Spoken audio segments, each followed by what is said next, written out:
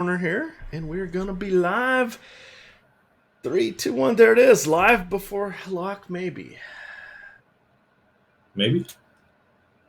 There we go, live before All lock.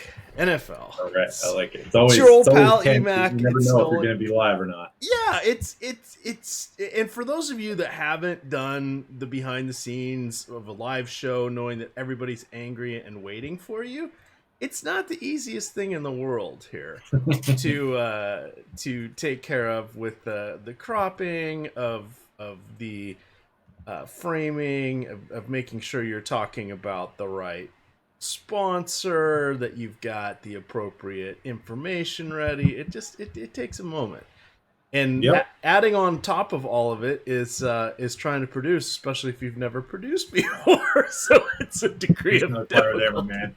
The show's late. It's probably my fault. But we're good. Where we are, it's Emac, it's Nolan, it's Monday Night Football. It's a good game. That's the most important thing. We've got stars at the top. We've got, it's a touchdown, approximately touchdown spread, but division rivalry. Yes, the Giants have like one win and are on a 4-game losing streak, but they're at home. It's Monday Night Football. You got to think they're going to get up for the Cowboys. The Cowboys have had a bye week.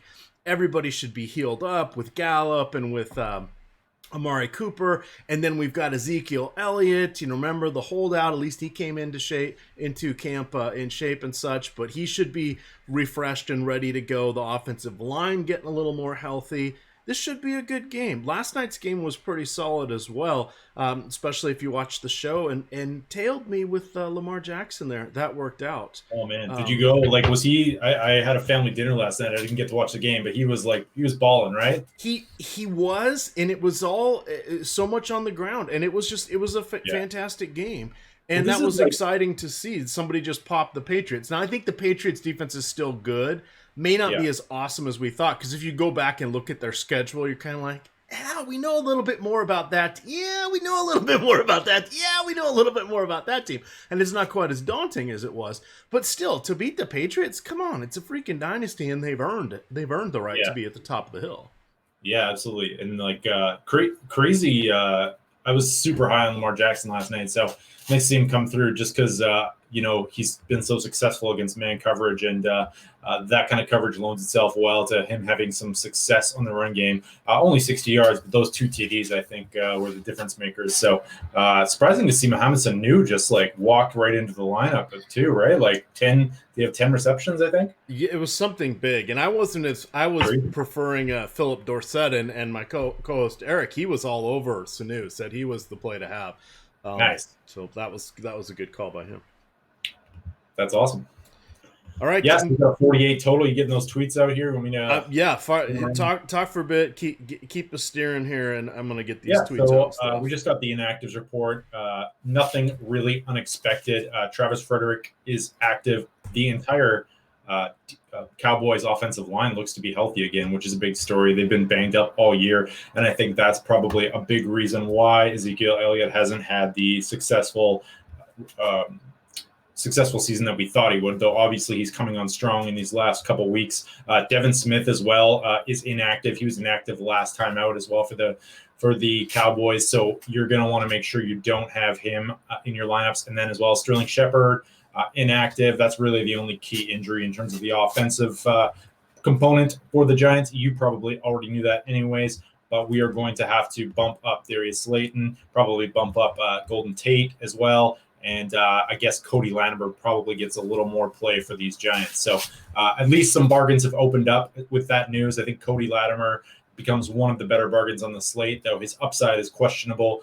He had 3 and 5 targets these past 2 weeks and is getting about a 40% offensive snap count. So nothing super exciting to write home about, but the price is definitely right. So he allows you to fit in some of these higher priced Dallas Cowboys. And as well, I'd be remiss if I didn't mention Fowler as well, who had 5, 2, 3 targets these past few weeks. Is not a super exciting play, but another one of these saving spots if you can get Benny Fowler into your lineups as well. So that's what I got so far. We got some. This seems like a really concentrated pool of players. I think the more I look at it, you have you have very few, like the Dallas Cowboys side of things, we have 97, or sorry, the Giants side of things, we have Tate and Slayton getting like 97 and 99% offensive snap counts, which is huge. And then you have Fowler and Latimer in the 30 to 40 range. And then on the other side of the ball, you have Dallas, and they in week 7, because they're coming off the bye, had Cooper and Gallup about 80%, and then Cobb about 50%, running the third most routes as well. And then that's it. It's pretty much like Tavon Austin gets some offensive snaps, but only in the odd gimmick play. So essentially, you really have only 3 wide receivers to choose from in your player pool on the Dallas side of things. Yeah, and that really narrows it down. And you're right. It's a consolidated player pool. There's all these kind of also rans that are running around there. So let's kind of let me get the old article up here, since that's where I got a bunch of my notes in there. And then we've got, of course, different stuff here available on the old Osmo.com here. Let me see. I've got the Ezekiel Elliott leading the way for me. So let's start off here with Dak Prescott. So Sure. we'll go by position here. But my notes on Prescott were this. Remember, he had those 2 400-yard passing games. Catch-up mode, all that. Oh, my God. Do you realize every other game has been below 270 yards, and 4 of the 5 have been below 250? The yardage is not really to be trusted. Now, he does have 3 rushing touchdowns, which is very nice, and that enables him to have multi-touchdown games, I think in all but 1 or maybe all but 2 games thus far this year. However, the yardage isn't there either, because it's 163 yards over the 7 games. I mean, that's, it's not bad. I mean, it's 20 yards a game or so, so that's the equivalent of 50 passing yards, but still not overly spectacular. So I still think he is the guy you want. He came in reasonably well. I didn't put it into the article here, but I think he was top 10 or fringe top 10 for quarterbacks this week. I don't think he was top 5, but he was, and I like to use that kind of as a barometer, because we have guys on bye weeks, and these are island games, and the pricing's entirely different. So you need kind of an anchor point that we can all speak to, and everybody plays season long or the weekly stuff. So knowing where a guy's ranked for the week, that gives you a nice little anchor point. But he was still pretty solid. Giants, not an overly intimidating defense. They've allowed the 10th most fantasy points to opposing quarterbacks. They have the 4th worst passing DVOA, and he has all his weapons. Well, his weapons are really 2 receivers. I'm not really going to count Cobb. Cobble everybody together into 1 tight end. It's Jason Witten, Schultz, and Blake Jarwin. But Witten has double the production of the other guys, and he doesn't even have that much. He hasn't had a touchdown in a while. He has 2 on the season, but it's been a while. And you realize it's like, oh, it's because all of this is anything else that's not going to those 2 main wide receivers is getting soaked up by Ezekiel Elliott, as it should. But there's not really a trickle-down effect where you can discern anything, and that's the one slight concern here. Is this is going to be very top heavy lineups, and it could be the Blake Jarwin touchdown that upsets the apple cart, or we'll get to him. But I said, a lot of people have been talking about Darius Slayton. He has 15 targets over the last 3 weeks. Is he really that different than Cody Latimer, who's a fraction of his price on DK? I don't know. I think it depends on the routes run and the snap count. Like, it looks like he is the de facto number 2 wide receiver here. So I would say that he is probably worth that price point, and that he is a better play. If we're going on how they've lined up last game and the game before that as well. Like, he's just getting so much more of the offensive snap share. So and Giants tend to run in 2 wide receiver sets more predominantly than your average NFL team. So, I mean, I get it. I think that the 2 different price points kind of leave you with 2 totally different roster constructions and 2 totally different ways of thinking about it. If you're paying up for Slayton, you're probably going to have Daniel Jones. You're probably thinking a lot about attacking through the Giants passing game here. But 2 weeks in a row, both of these guys have had near 100% offensive snap shares, and Lattimore's about half that at best. So I do think Slayton's better play. Okay, and that's totally fine. It's one of those where you're like, I gotta find some wiggle room somewhere. And for me, that might be where it is. Now, I haven't set my main lineup yet, but so kind of ranking these guys. Well, let's talk about the Giants, and then we'll get into some construction here. So Danny Dimes and Daniel Jones are two different people. I've decided. Danny Dimes does. Yeah, Danny Dimes showed up last week. He was there in the preseason, and he was there in that game when he came in for old Eli Manning. In the in between, he was a rookie quarterback. Which guy are we gonna get tonight? Because Dallas has a really good defense, and they've had 2 weeks to prepare, and this is still a rookie who hasn't, he's made a handful of starts, and this is Monday Night Football. There's got to be a little pressure, right? Just because. Yeah, and like I mean, even if you're wondering like which guy's going to show up, I still think he's probably just a really good play in the utility spot.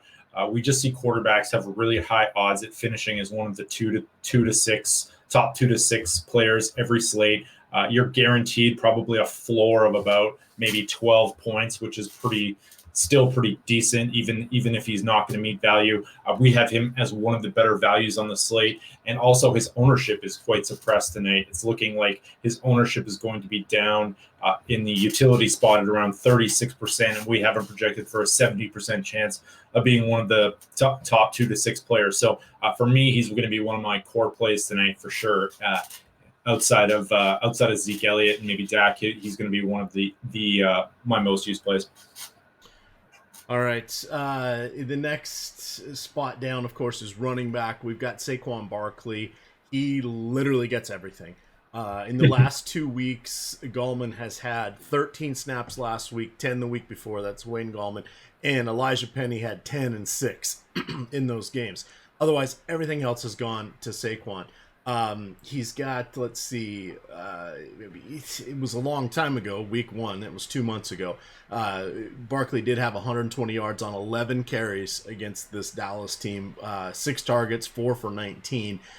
He'll get more touches. I hope he finds the end zone tonight, but I have got a much better appreciation for Elliott, both on FanDuel and DraftKings, even with the full PPR, than I do for Barkley tonight, which normally I would prefer the home quarterback.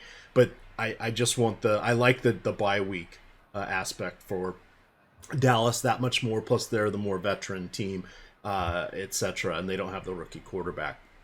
If you're comparing the two of them, how far apart do you have them?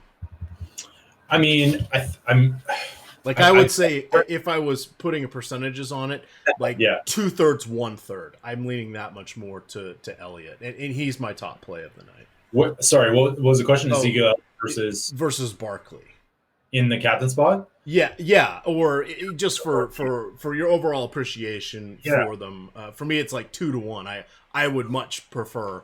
I mean, I don't think Barkley's a bad play, but I just think Elliott's that much of a better play. And then price and salary cap constraints come into to action there, and you got to see, do I want a quarterback? Do I want one of the wide receivers, etc.? You got a lot of decision points after that. Yeah, exactly. So I think that Ezekiel, it's a better play, according to our projections as well, and a better play in the captain spot, anyways. He's not going to grade out as a great value because of his price point, so you have to take that into consideration. But we give him about almost a 40% chance of being the top play on this slate, compared to just 13% captain ownership. So I would expect maybe that captain ownership's a little off and it's a little bit higher, but maybe the price point is a little bit prohibitive for people. So we don't usually see a gap this high on a player.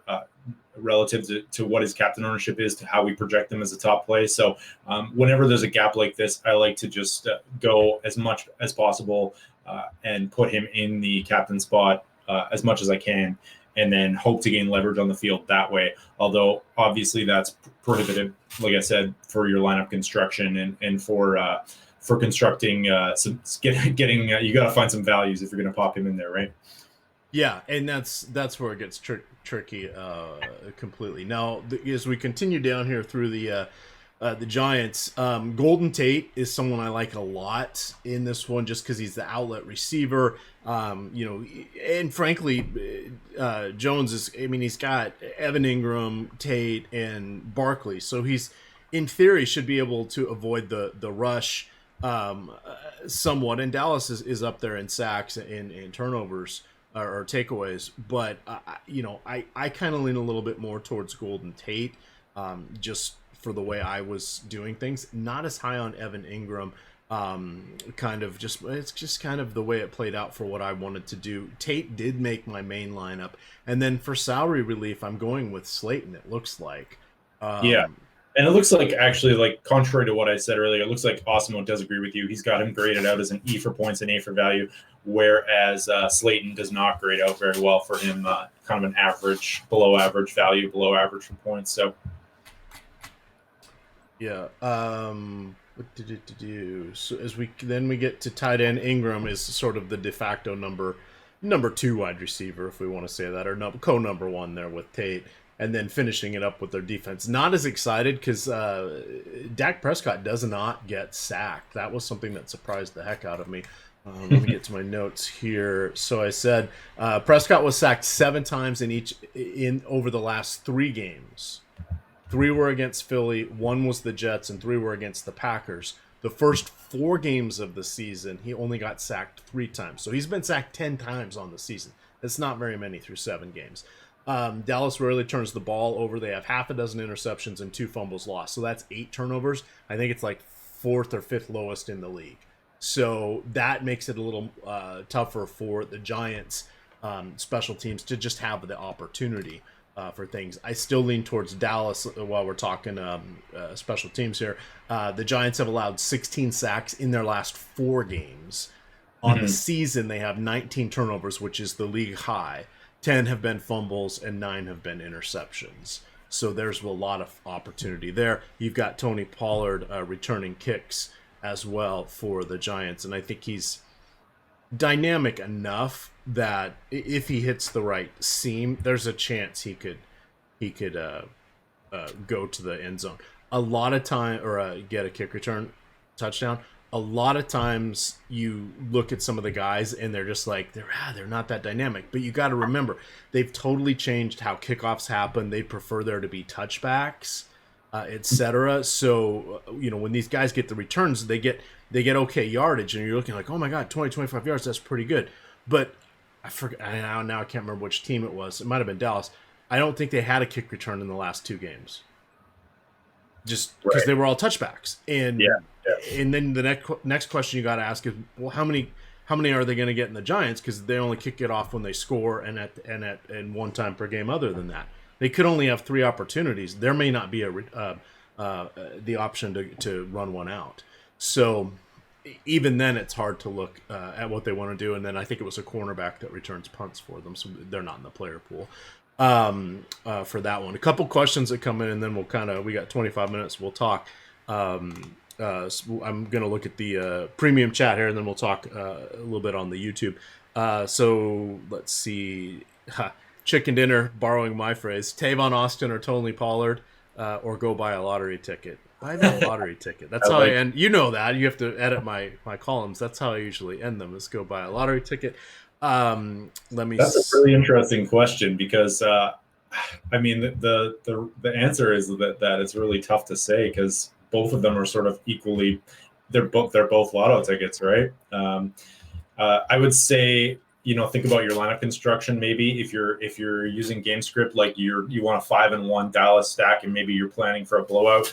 You got Zeke in there, you got Pollard. Maybe you put in the Dallas defense, and then you kind of construct a lineup whereby the backup running back for the Cowboys would be getting more and more touches as the game went on, and that probably means putting Daniel Jones in because he's going to be throwing. And then so you kind of have to think. I would say think about correlation there more than anything as the deciding factor between those two. All right. Let me see here. So, let me get back to some of the questions. Dallas D strip sack and a fat man touchdown tonight. We shall see. Damn. Ventel Bryant at captain. What? Now I apologize. Who's Ventel Bryant? Let's.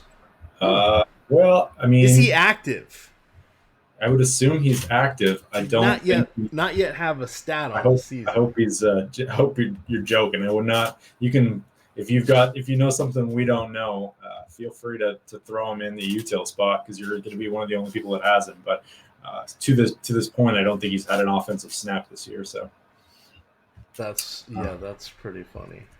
That is pretty funny. but let's look up Ventel Bryant, see if maybe we're out to lunch. I'm trying to hit Twitter here, just because no stone unturned here. Let's see. There's some preseason stuff. Yeah, I don't know. He was the player of the game what was it? He went Crypto to Temple. Cowboys says Ventel Bryant going to make some plays tonight. So there you go. I would say Savon Austin's going to get in for him, but hey, I've seen stranger things happen. That's for sure. Hey, after Pringle, Yeah, exactly. What are you going to do there? What are you going to do? I think though, like generally, Alex always preaches that you probably shouldn't take these. Usually, what happens is these flyers are a little over-owned, though. So take that with a grain of salt. But yeah. All right, that one got me off a little bit there. But fair question, I suppose. Fair question. Yeah, good question coming. If and like I said, if you got any inside info, please share with us. Yeah, Zeke or Dak. For me, it's definitely Zeke, but Dak is also on my main lineup. I'm not really fired up about Tavon Austin for this one. I think I don't want to give some ownership there. They're saying Ingram at captain. Well, why is this not working for me? Am I in the wrong? I'm in the wrong thing. I have to be in the wrong thing. Sorry,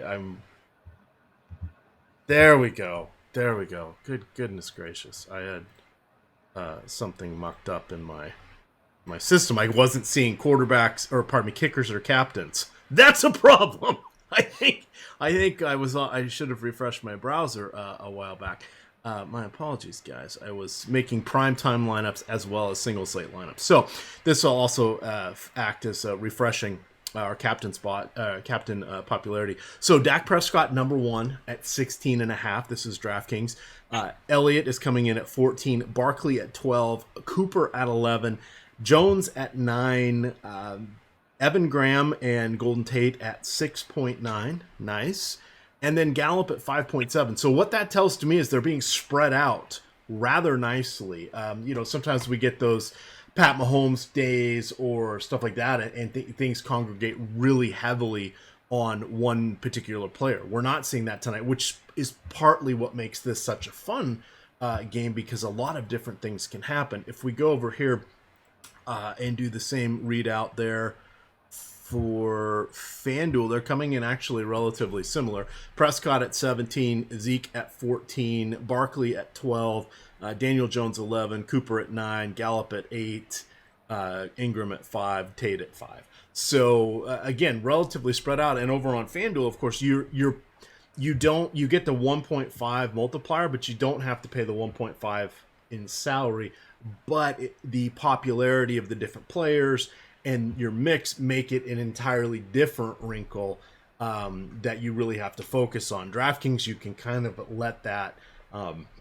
If you're trying to be a little different, you can put a super cheapie in captain and go to town with the rest of your players. So like if you put Cody Latimer at captain, that's how you can get both quarterbacks, both running backs, and a wide receiver. So, you got to figure out what you want to do there from that standpoint. Let me see. We have anything good coming in from the old YouTube there? Yeah, and I'm just I'm crunching right now. I'm getting to a lot of Daniel Jones, and I think normally I shy away from going with solo quarterbacks or with quarterbacks with one wide receiver that we've seen it work in the past. But I think with his rushing upside as well, you're more likely to find him as a one-off play. You can in some Dallas 5-1 stacks, and that might actually have some upside. You don't necessarily need that correlation. Maybe he goes full Lamar Jackson and gets himself a touchdown or two. So. Yeah, we got a good question coming in here. It says he's finding himself without Cooper and without Gallup. Is that going to be a problem? Well, on DraftKings in my main lineup, I don't have either one. I do have Dak Prescott. So I'm hoping that maybe he splits the production to those guys, or it goes to Elliott. But that was kind of a risk I had. And I'll just say the rest of my lineup because I don't think people. Well, one, this is the chalk build probably, since I'm usually pretty chalky on my main lineups because I put them in the 3-mans. So I've got the Cowboys defense, I've got Golden Tate, I've got Darius Slayton for some salary relief, and I've got Brett Maher. Now I'm leaving $1,000 on the table because I couldn't really figure out what to do with it. But you could put Prescott up top, drop Elliott down into flex, and then if you wanted to get rid of Slayton and put in Latimer or somebody else, all of a sudden you've got more money than you know what to do with. So you're like, I don't need Maher, I don't need the Cowboys defense, and you can start putting in some good stuff. So it just depends on how you want to build, and just one big moving part like that can really change around. Even though we only have 6 spots there on DK, it can really change it around. A little tougher there on FanDuel because there are just 5 spots. But it's not it's still pretty fun over there. On FanDuel, I didn't have time to make a lineup. I don't think I made a lineup tonight. But I usually do put it in a 50-50, a 3-man, and then a one of the tournaments. And last night, my lineup, I had Lamar Jackson as my MVP over there, and it ended up cashing in all 3 contests. So that's I don't think well outside the box with not having that 1.5% multiplier on the salary. So I end up being a chalk donkey over there. So I don't make a lot of lineups and put them in a lot of things. It's just a little trickier for me to do that. Makes sense. All right. Dallas, so just looking up these Daniel Jones stats, Dallas giving up the second least amount of rushing yards to opposing quarterbacks this season. So it's going to be tough for him. I kind of like the Dallas side of this one. I feel like they're the blowouts in play here, so we'll see. Are you targeting? What's your philosophy on some of these Cowboys receivers? Because we've seen so far this season, Amari Cooper already has a 100-yard game. Dak Prescott has a 400-yard game against them. 3 of these New York Giants rank in the bottom 25 in terms of yards per snap allowed. DeAndre Baker, second, 1.93 yards per snap and a 153 passer rating.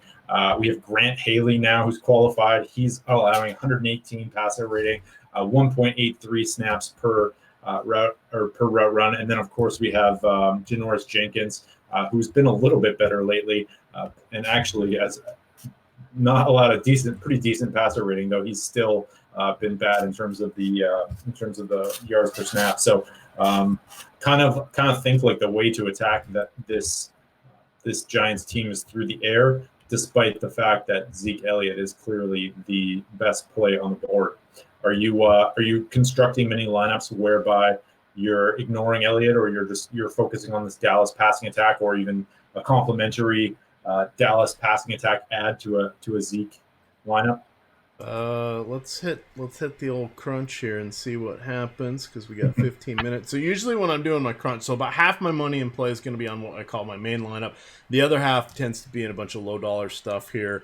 Some leagues, some boosters, some of the smaller tournaments, just to see what happens. So I cap all of my just for the first run, I cap everybody at 10% for captain and just see what happens. Now, usually we're going to end up with somebody on this slate that's going to be around 30%. That's not happening tonight. We got a bunch of people that are in the mix here. So this usually helps me spread things out, and then I can kind of look and see what's going on. I've set minimal rules tonight.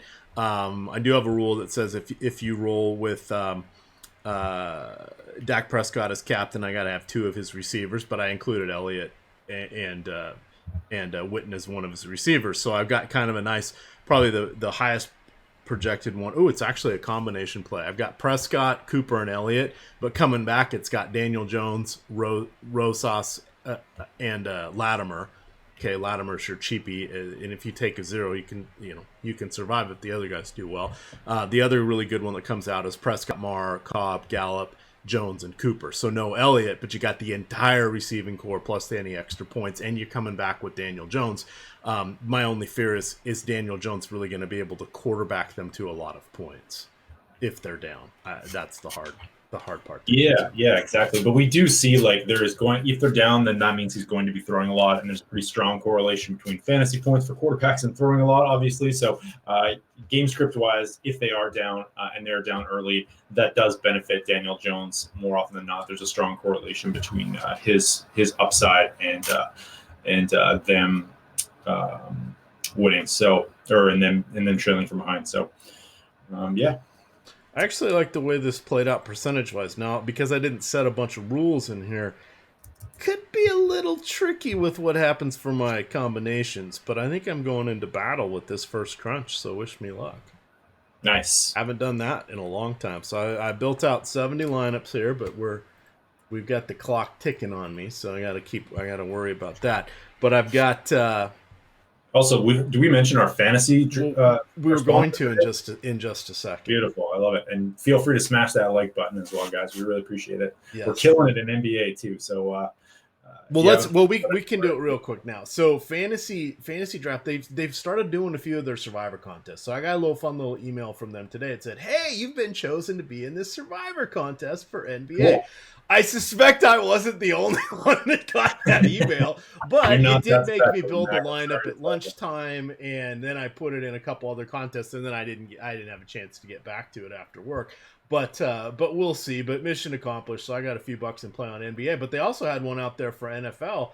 And people, I guess, didn't filter on it because it was, I don't know, 2/3 full. So I just wanted to call that one out for if they do it again next week, check it out because it was hiding there. And I think, I don't remember what the percentage was, but you barely had to beat anybody to advance the first week. Now it goes five weeks. The basketball one, I think, goes 4 nights until you make it into the playoffs or for the money. And then everybody gets paid if you've made it that far, and then you're just playing for whatever's left. But that's a lot of fun. But they have Rake-free daily fantasy sports. So how do they do that? Well, it's a subscription model. So let me go over there. I called up my let's see, fantasy draft. So I played a little bit of NFL yesterday, and what I've got is I have signed up for the $1,000 per month. That's my amount of play. It cost me $5.99 to do that. So I only played $50 this weekend. So because I was doing a bunch of other things, but I've still got a couple weeks to go through the rest of it. So I've actually this is my second month. So that would be $6 twice. So that's $12. And I put in $200, and that cost me like $6.50 because they don't want you churning your money in and out, because that eats the fees, makes the rate go up. Well, they don't have rake, so they charge you 3 or 3.5%, depending if you're coming in on PayPal or credit card or whatever it is. So that was $6 there. So 6 plus 18, Nolan. Okay, so it cost me $18. I have saved $52 in rake. Damn. Now I had my $200 up to almost $300, and it's fallen. I'm down to $229 right now. But I didn't really lose because if I had been playing on the other sites, I would be now back to break even. But because I was playing rake free, I'm up $32. We got to pay with our dollars, man. We got to. Yeah. And Fast Eddie had the best point yet. If you were a losing player, like you had to deposit every time you wanted to enter a contest, that'd be 3.5%. Yeah. Okay. Every time you enter a GPP on DraftKings or FanDuel, unless it's a special offer, it's 15 or 16%, which is a better deal. Paying a deposit fee of 3.5% and then playing for free, or not having to pay a deposit fee, but getting charged 15% every time you play. The math's pretty easy on this one. Yeah. All right. I need a second here to upload my file. So if you want to ask me questions, that is good. But I'm looking at a CSV at the moment. Yeah, sounds good. So I can talk. I just can't. I can't formulate the conversation's direction for about the next 90 seconds. I'll go through maybe some of our Osmo projections here. Oh, absolutely, yeah.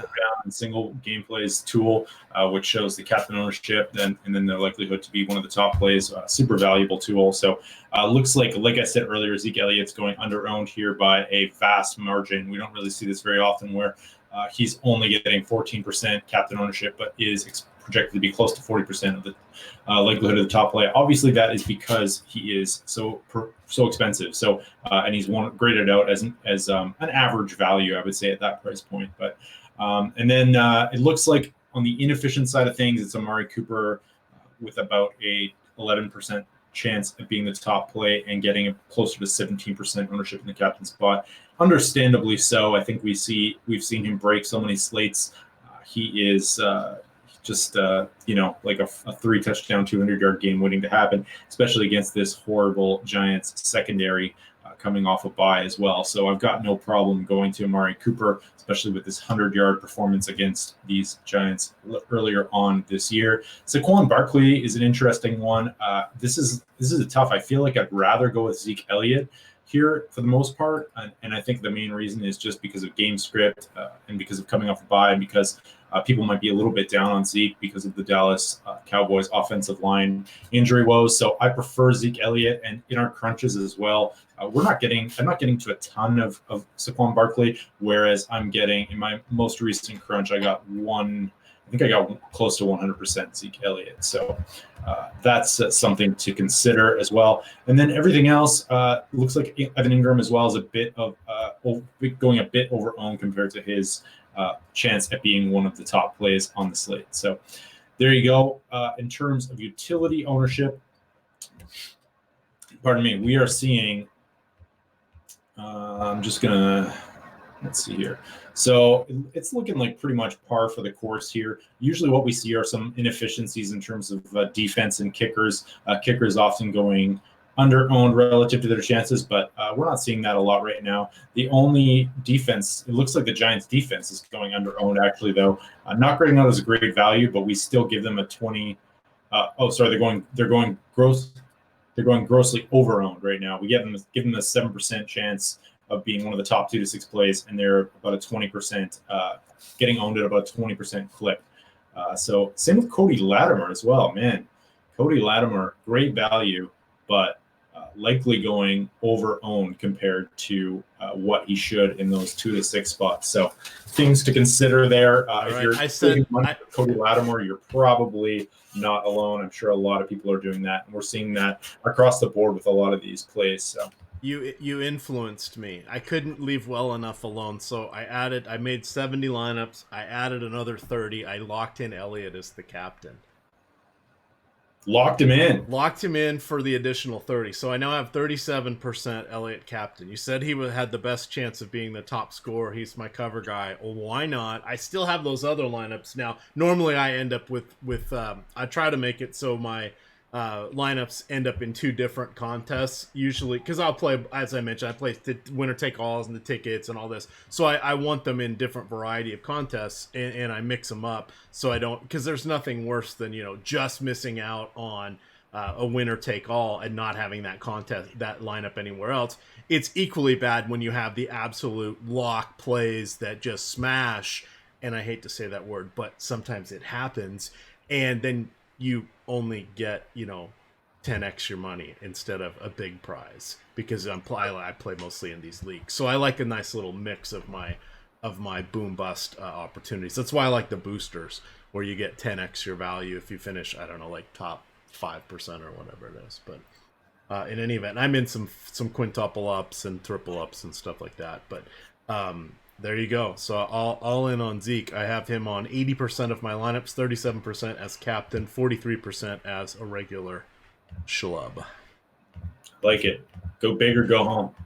Yeah. One of the things, I mean, you can have a lot of real variance when you approach slates like that, but at the same time, that variance might come back over time. And what I found, especially like in NHL this year, is like locking in a line or locking in a really highly projected line or a highly projected player allows you to get a lot of different combos. And if that player does go off, then you have a pretty good chance of being one of the top plays. So I do not hate that strategy at all. All right, a couple YouTube questions here. Tate at captain, sure, why not? Go for it. Gallup, yep, no problem. Anybody fading both running backs? That is living on the edge, but will be unique. A 2v2 Cooper and Witten, or Gallup and Ingram. I would lean towards the second. And I think that's a perfect example of the discount that you're getting between Cooper and Gallup. You can upgrade from Witten to Ingram. Yeah. That makes sense. Let's see. Fading Barkley. I have him on 32% of my total lineup, so I sort of guess I am as well from that standpoint. What do we fade? Fade just mean. I always thought fade means I'm not playing him, but it seems like fade now means I'm below what the public is. Yeah, it's going underweight, right? Yeah. I guess that makes sense because you fade. It doesn't mean you're totally away. I mean, you're kind of you're like shit. Back to the Future. You ever see that one where the little picture of his brother and sister, they're fading away? That's fading. They're still kind of there, but they're fading away, and then he can see through his hand. Yeah, I guess that's what it is. So, that yeah, I don't like the term fade. Much like I don't like smash spot, and I don't like stone nuts, stone lock, the nuts. Anything that was a poker term, I'm not a fan. I like it. 2 minutes until lock. Final thoughts? Just seeing if we have anything else. Who benefits the most from Vander Esch being out? I mean, I don't know the answer to that. I would say probably I wouldn't worry too much about matchups. I guess like maybe Saquon Barkley would possibly. I don't know how do they use Leighton Vander Esch? What's his? The problem is, it's and we saw this with the Bears. How did they just become so vulnerable up the middle by losing a mountain of a man, but a defensive end, and nobody saw that coming? Because you're like, oh, they still got the best linebacker in the league, and they've got a great secondary and all this, and then now they're giving up rushing yards. I think the problem is when some of these people are out, if we haven't seen them out before, how exactly does it change the scheme? And that's something we may not know. I mean, and plus then it deals with the opponent because how are the defensive coordinators going to call it? Maybe they're like, all right, well, we lost this guy, so we're going to try to. We know we can't stop him. We're going to try to contain him, or we're going to sell out to do this to fill this hole, and we're just going to make him beat us elsewhere. I don't think we truly know. Which is, but to say why, it's like, well, there's a ton of other variables there. I mean, you lose a cover corner, you know what that's going to do. Yeah, exactly, and it's really hard to quantify, and that's one of the things where that makes I think NFL prognostications so much different than a lot of the others. And if you lose somebody in the front seven, Nolan, I mean, my God, these teams are in the nickel so much. So how many of the linebackers really are key, and how many of them are stand-up defensive ends? And then even with their defensive line, those guys only play 60% of the snaps anyway because they rotate them out. So what does that do? So Vander Esch, maybe they lose a little bit in pursuit, a little bit of linebacker tackling, but I don't know if he's going to be the key to this particular situation until we see it. And I don't even pretend to guess because, like you said, I think that's what makes this one of the harder things to do. So if we don't know, then let's not give an answer that we're just making up. Yeah, and I think like he's generally. It's a great. Sorry, I keep cutting you off. I'm gonna shut up. It's a great question to ask, though. Yeah, it's a great question. That could open up some space for Evan Ingram here as well, for sure. I think it looks like they use him in the. It looks like he's Sam linebacker. I should probably. But I'm just gonna look up his coverage grade here. I don't know. I don't know if he's like. Well, it doesn't matter anyways because we have run out of time. But it's a good little exercise. You can kind of talk to everybody through it. 39th graded cover linebacker in the NFL. So neither here nor there. I don't think that it's gonna make a world of difference. I would say. Are you familiar with James Harden? Is he going off? Well, in my quintuple ups, he's 95% owned on DraftKings. Oh my god, that's one of the highest I've ever seen. Is that Russell Westbrook's out, right? Russell Westbrook is out. Markieff Morris, through the first half against his former team, a turnover, 2 points and a rebound. Hell, it's like he's still playing for the Wizards. 100% Markieff tonight. Yeah. I only do like 2 NBA lineups though. Oh, how is that going? I heard you're having a nice little run over there on Yahoo. What's that? Oh, Yahoo? Yeah. Oh yeah, yeah. Like Yahoo NBA, man. Just plug and play those awesome projections. I tell you, they're great. I'm trying the same thing over here on the old fantasy draft. So, here's the Survivor contest. So it was 1,000 people, top 700 advanced. There was only 517 today, and it was just a buck. So pay attention to these things. I mean, it's just a buck, but guess what? They added $500 to the prize pool. So Yeah. let's see. I have to beat 17 people tomorrow to advance to round 3. All right, man. Well, good luck. Yeah, and then the next day I got to beat 350 people, and then 250, and then I'm inside the payout zone on day 5. So basically, unless I'm a total dork and forget to set my lineup, which is always in play, I should be able to make it to one round away from the money without that much of a sweat. Another term I'm not a fan of. There we are. All right, that is going to do it for us. Nolan, we got a little bit of NHL going on. Got some shows. Yeah. I see Slim Cliffy was in the fold today. Yeah, because Monday shows. Just looking at my lineups right now, and they aren't too pretty. I'll tell you that much. But it's still early. Still early. You got a lot of that Edmonton, Arizona game tonight?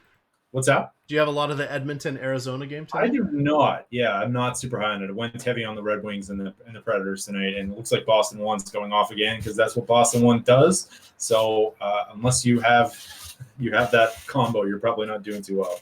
Well, I got a little Boston 1, and then I got a lot of ice time remaining because I have a fair amount of that last game of the night as well. Nice. I like it. So we shall see. NBA in full swing. Of course, tomorrow at 9:30, you're going to get the NBA DFS strategy show. At 11 o'clock, you'll get the NFL DFS strategy show. I think there might be some golf this week as well as they finish up the swing season and everybody goes into hibernation. And then we've also got, let's see, Live Before Lock. That'll be from 6 to 7. Tomorrow, it's Fast Eddie Fear and Chris Randone. So jump on in. They got like 12 or 1,300 likes today, I believe. That's the most we've ever gotten. So and that's 3,000 live viewers. So killing it. Yeah, and we had like 3,200 viewers at the top. So check that out. That'll be fun to see if you guys can break that record. They made the Laffy, I think it was. I wasn't watching the show, but I'm assuming it was Laffy. Decided he would give away the projections tonight if they got to 500. Likes, and they got there really quick. Nice. So they gave away the projections. So there you go. So maybe they'll do another giveaway tomorrow. You're going to have to tune in and find out. But Live Before Lock starts at 5, and then probably at 6, and then the hour before that is the deep dive. That starts at 5 o'clock. We got you covered. All sorts of articles in front of the paywall, and the good stuff is behind the paywall. If you have not yet signed up with Osmo, you can use the 1-month premium package. Promo code Live Before Lock, all one word, get half off of your price. So with that, we're going to get on out of here. You can follow Nolan on Twitter at Nolan__Kelly. Yes, that is 2 underscores. I am at EMACDFS, and it is Osmo 1_COM. With that, gamers, good luck.